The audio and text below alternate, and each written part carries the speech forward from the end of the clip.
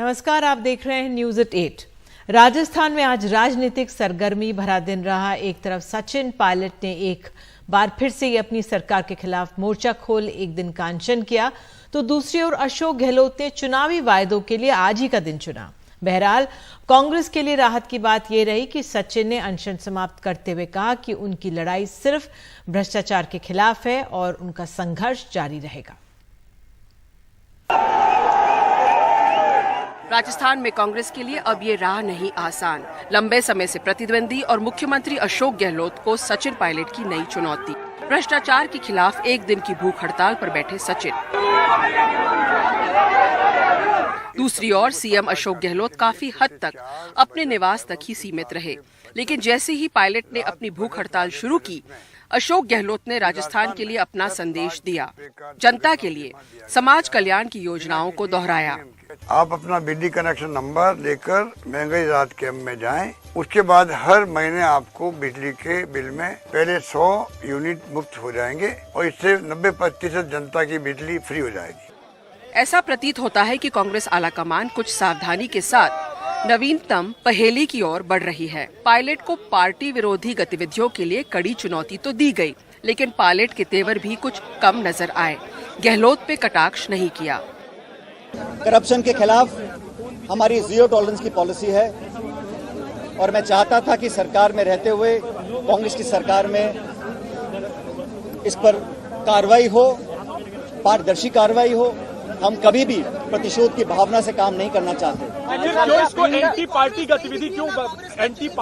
गतिविधि क्यों बताया है? वो मुझे आज सुबह जानकारी मिली है, इस बारे में कांग्रेस लीडरशिप से बात करूंगा। सचिन पायलट के आज के अनशन पर ना ही कोई ऐसा पोस्टर था जो कांग्रेस के सिंबल को दर्शाता हो और ना ही ऐसा जिस पर सोनिया गांधी और राहुल गांधी की तस्वीरें हों। अकेले चलने की इस पहल में क्या सचिन पायलट अपनी छवि कांग्रेस से अलग बनाना चाहते हैं?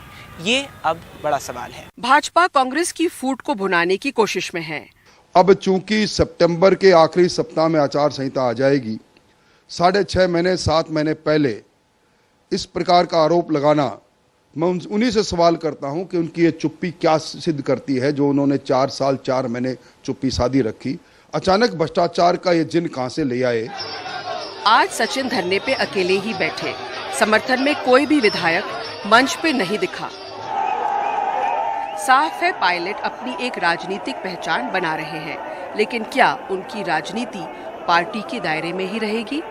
राजस्थान में चुनाव अब सिर्फ 8 महीने दूर हैं और कांग्रेस की राजनीति एक निर्णायक मोड़ पर आके खड़ी हो गई है। दोनों नेता अपनी अपनी छवि बनाने में लगे हुए हैं। सचिन पायलट ने भ्रष्टाचार का मुद्दा उठाया है तो अशोक गहलोत अपने आप को गरीबों की मसीहा के रूप में देख रहे हैं। लेकिन क्या ये दोनों नेता एक ही राह पर चलेंगे या आगे जाके इनकी मंजिलें बढ़ जाएंगी? जयपुर से वेदांत अग्रवाल के साथ हर्षा कुमारी सिंह, एनडीटीवी इंडिया। कर्नाटक में विधानसभा चुनावों के लिए वोटिंग 10 मई को है। बीजेपी ने अब तक उम्मीदवारों की लिस्ट भी जारी नहीं की है। कांग्रेस ने ज्यादातर सीटें घोषित कर दी हैं, लेकिन मुख्यमंत्री पद के दावेदार बढ़ते जा रहे हैं। अब 4 दावेदार हैं, सिद्धरमैया और डीके शिवकुमार के अलावा 2 और। लेकिन ये संकट और सवाल बीजेपी के सामने भी है, कौन बनेगा उम्मीदवार? येदियुरप्पा के बाद ईश्वरप्पा भी चुनावी राजनीति से दूर होने का ऐलान कर चुके हैं। मौजूदा मुख्यमंत्री बसवराज बोम्मई के साथ पार्टी खड़ी नजर नहीं आती। यानी 2 दशकों में पहली बार कर्नाटक में बीजेपी बिना मुख्यमंत्री के संभावित उम्मीदवार के मैदान में उतरने जा रही है। उम्मीदवारों की सूची में देरी की वजह पार्टी की खींचतान बताई जा रही है। लेकिन बीजेपी में अगर कोई मुख्यमंत्री पद का उम्मीदवार नहीं है तो कांग्रेस में मुख्यमंत्री पद के 4 दावेदार हो गए हैं। डीके शिवकुमार जो प्रदेश कांग्रेस अध्यक्ष हैं, सिद्धरमैया कांग्रेस विधायक दल के नेता, एमबी पाटिल लिंगायत नेता और पूर्व गृह मंत्री, मल्लिकार्जुन खड़गे कांग्रेस के राष्ट्रीय अध्यक्ष। हालांकि इस बार उन्होंने खुद दावेदारी नहीं की है, बल्कि उनका नाम आगे बढ़ाया है डीके शिवकुमार ने। अब बीजेपी सिद्धरमैया और डीके शिव कुमार के साथ जेडीएस नेता कुमारस्वामी के खिलाफ मजबूत उम्मीदवार उतारेगी। Let them put. What is there? जिसको बीजेपी चाहे उतारे, मुख्यमंत्री एक ही बनेगा। Finally, only one will become chief minister. 4 CM का कैंडिडेट है। एक तो डीके शिव कुमार है, दूसरे सिद्धरामैया है, तीसरे वाले आए एपी पाटिल। मैं भी सीएम का कैंडिडेट हूँ ऐसे बताया। एंड चार वाले तो हमारा खड़गे है, इसीलिए उधर तो सीएम का रेस में ज्यादा फाइट हो रहा है। कांग्रेस नेता सिद्धरमैया के खिलाफ कुमारस्वामी भी उम्मीदवार बदलने जा रहे हैं। कांग्रेस में मुख्यमंत्री पद के कई दावेदार हैं। बीजेपी और जेडीएस ने साफ कर दिया है कि इन सबों के खिलाफ मजबूत उम्मीदवार उतारे जाएंगे ताकि उन्हें चुनौती दी जा सके। जेडीएस अगर साझा सरकार बनाती है तो मुख्यमंत्री कुमारस्वामी होंगे, ये भी तय है। लेकिन समस्या बीजेपी के साथ है। पिछले 2 दशकों के दौरान ऐसा पहली बार हो रहा है जब चुनाव से पहले बीजेपी के नेता ये तय नहीं कर पा रहे हैं कि उनका मुख्यमंत्री पद का संभावित उम्मीदवार कौन होगा। बेंगलुरु से कैमरामैन गोविंद मूर्ति के साथ निहाल खिदवई, एनडीटीवी इंडिया। आम आदमी पार्टी अब राष्ट्रीय पार्टी बन गई है। आम आदमी पार्टी मुख्यालय में आज जश्न मनाया गया। इस मौके पर पार्टी प्रमुख अरविंद केजरीवाल ने मनीष सिसोदिया, सत्येंद्र जैन को याद किया और सभी नेताओं कार्यकर्ताओं को जेल जाने के लिए तैयार रहने को कहा। दिल्ली में आम आदमी पार्टी मुख्यालय पर राष्ट्रीय पार्टी बनने का जश्न नेताओं और कार्यकर्ताओं ने कुछ इस तरह मनाया। बधाई हो, बधाई हो। लगभग 10 साल के अपने जीवन काल में ही आम आदमी पार्टी न सिर्फ देश की 6 राष्ट्रीय पार्टियों में से एक बन गई है, बल्कि इस समय बीजेपी और कांग्रेस के बाद केवल तीसरी ऐसी पार्टी है जिसकी 2 या ज्यादा राज्यों में सरकार है। गजब ही हो गया, अद्भुत, चमत्कार, अकल्पनीय। अरविंद केजरीवाल ने कहा कि सभी राष्ट्र विरोधी ताकतें आम आदमी पार्टी के पीछे लग गई हैं, इसलिए पार्टी के सभी नेता और कार्यकर्ता 8-10 महीने जेल जाने के लिए तैयार रहें। वो सारी राष्ट्र विरोधी ताकतें हमारे को रोकना चाहती हैं, देश की तरक्की रोकना चाहती हैं, वो अब आपको सबको जेल में डालेंगे। एक एक करके सबका नंबर आएगा, सबका नंबर आएगा एक एक करके। कम से कम 8 से 10 महीने जेल में जाने के लिए तैयार रहना पड़ेगा। पार्टी कार्यकर्ता दिल्ली और पंजाब के बाद देश में भी आपकी सरकार बनने का दावा कर रहे हैं। केजरीवाल के प्रधानमंत्री बनने की उम्मीद लगा रहे हैं। आम आदमी पार्टी राष्ट्रीय पार्टी बन चुकी है, 1 नंबर की पार्टी बन चुकी है और बहुत जल्द अभी दिल्ली में बदलाव हुआ है, पंजाब में बदलाव हुआ है, अभी 2024 में देश में बदलाव होगा। अरविंद केजरीवाल जी अब प्रधानमंत्री के दावेदार होंगे। आम आदमी पार्टी इस समय अपने जीवन काल के सबसे मुश्किल दौर से गुजर रही है, इसलिए भले ही ये बात पिछले साल दिसंबर 2022 में गुजरात चुनाव के नतीजे वाले दिन ही तय हो गई थी कि आम आदमी पार्टी राष्ट्रीय पार्टी अब बन जाएगी। इस खबर ने आम आदमी पार्टी को राहत की सांस लेने का या थोड़ा खुश होने का मौका तो दिया ही है। दिल्ली से अपने कैमरा सहयोगी मनोज ठाकुर के साथ मैं शरद शर्मा, एनडीटीवी इंडिया। कांग्रेस नेता राहुल गांधी आज केरल के वायनाड दौरे पर पहुंचे। पार्टी महासचिव प्रियंका गांधी भी उनके साथ थी। राहुल और प्रियंका गांधी ने रोड शो किया, एक रैली की और बीजेपी पर वार किया। लोकसभा सांसद के तौर पर अपनी सदस्यता खोने के बाद ये राहुल गांधी का पहला वायनाड का दौरा है। The MP member of parliament is just a tag. It's a position, it's a post. അതൊരു സാങ്കല്പികമായ അധികാരസ്ഥാനം മാത്രമാണ്. So the BJP can take away the tag. ബിജെപിക്ക് എന്റെ മേൽവിലാസത്തെ എടുത്തു മാറ്റുവാൻ സാധിച്ചേക്കാം.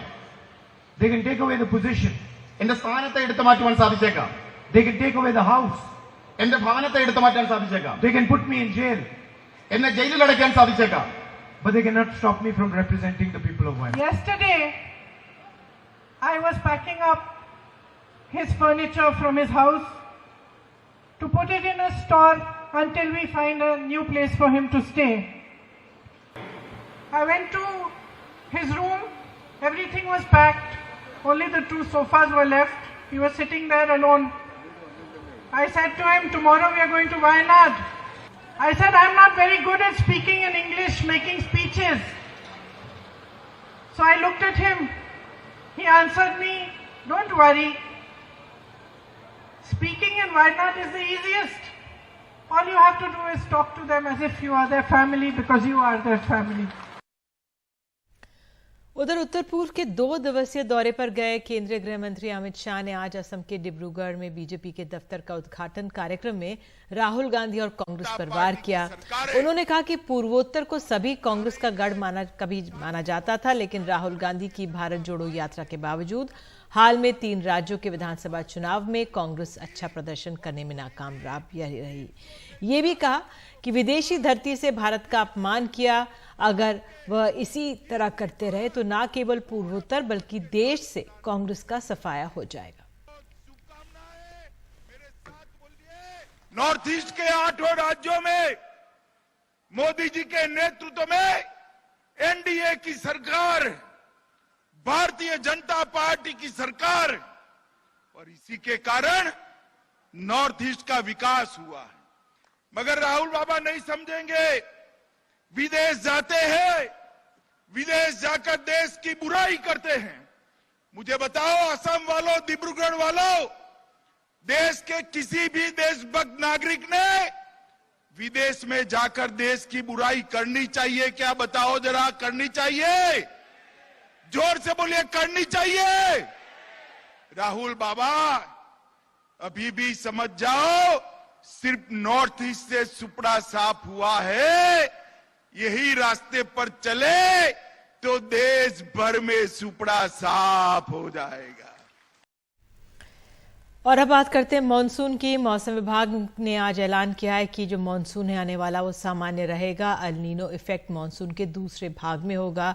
एल नीनो के जरिए जब आता है तो बारिश कम होती है, तो जुलाई में एल नीनो का असर संभव हो सकता है। और ये भी कहा कि फसलों को नुकसान सरकार पर इस तरह से जब अगर ये होगा परिस्थिति तो दबाव हो सकता है। बहरहाल आपको बता दें, आज हमने डॉक्टर मृत्युंजय मोहपात्रा से बात की थी, उस बातचीत का अंश जिसमें उन्होंने हीट वेव को लेकर भी बताया किस तरह से पूर्वी भारत के कुछ राज्यों में हीट वेव के आसार बन सकते हैं। अभी जो हमारा पूर्वानुमान है अप्रैल मई जून, ये 3 महीना का एवरेज टेम्परेचर देखें तो ये नॉर्मल से ज़्यादा हो सकता है सेंट्रल इंडिया और प्लेन्स ऑफ नॉर्थ इंडिया। सो इसका मतलब होता है कि जब नॉर्मल से ज़्यादा होगा हीट वेव कंडीशन डेवलप हो सकता है। हीट वेव का भी हम प्रेडिक्शन किए हैं कि जो eastern part of the country है ये सभी इलाका में हीट वेव डेवलप करने का प्रोबेबिलिटी ज़्यादा है, जबकि plains of north east India में हीट वेव डेवलप करने का नॉर्मल जितने उतरा है इससे और ज़्यादा होने का प्रोबेबिलिटी कम है। सो हमारा पूर्वानुमान है कि नेक्स्ट 5 डेज में और 3 to 4 degree Celsius temperature rise होगा। लगभग उड़ीसा और एडजन एरिया में टेम्परेचर 39-40 डिग्री सेल्सियस हो चुका है। आईएमएफ ने इस वित्तीय वर्ष के लिए भारत की आर्थिक वृद्धि दर के अनुमान को 6.1% से घटाकर 5.9% कर दिया है। हालांकि इसके बावजूद भारत दुनिया की सबसे तेजी से बढ़ती अर्थव्यवस्था बनी रहेगी। भारत की वृद्धि दर के संबंध में आईएमएफ के ताज़ा अनुमान भारतीय रिजर्व बैंक अनुमानों से कम है। आरबीआई के अनुसार वित्तीय वर्ष 2022-23 के दौरान भारतीय अर्थव्यवस्था की विकास दर 7% रहेगी, जबकि 1 अप्रैल से शुरू हुए इस वित्तीय वर्ष में विकास दर 6.4% रहने का अनुमान कहा गया।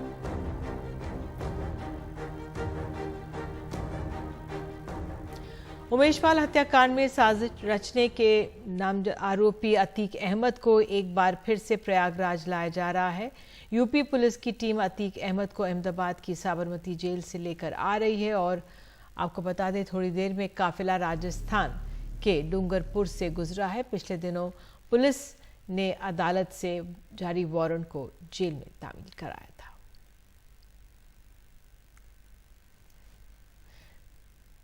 दिल्ली पुलिस ने बाहरी दिल्ली के मेट्रो विहार इलाके से सोमवार दोपहर 10 देसी हैंड ग्रेनेड बरामद किए हैं। दिल्ली में एक ही जगह में इतने हैंड ग्रेनेड पहली बार मिले हैं और इस मामले में उसी इलाके के एक आरोपी दिलीप को गिरफ्तार किया गया है, लेकिन जिस कांचीराम नाम के शख्स ने दिलीप को हथगोले दिए थे वो अभी फरार है। पुलिस को शक है कि हथगोलों का प्रयोग या तो टारगेट किलिंग के लिए होना था या फिर किसी आतंकी वारदात में।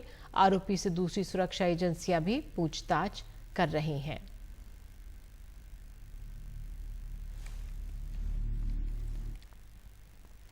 और अब जाते जाते एक खास खबर, भिंड से पेरिस 18 साल के राजू भदौरिया का ये सफर सपनों की उड़ान जैसा है। पेरिस में आयोजित घुड़सवारी प्रतियोगिता में भिंड के किसान परिवार के राजू भदौरिया ने गोल्ड मेडल जीता। एक रिपोर्ट। भिंड के हरपालपुरा गांव से भोपाल और वहां से पेरिस का सफर। 18 साल के राजू भदौरिया 2015 में भोपाल आए। मामा भोपाल की घुड़सवारी अकादमी में काम करते हैं। बस यहीं से उनके सपनों ने नई सवारी की।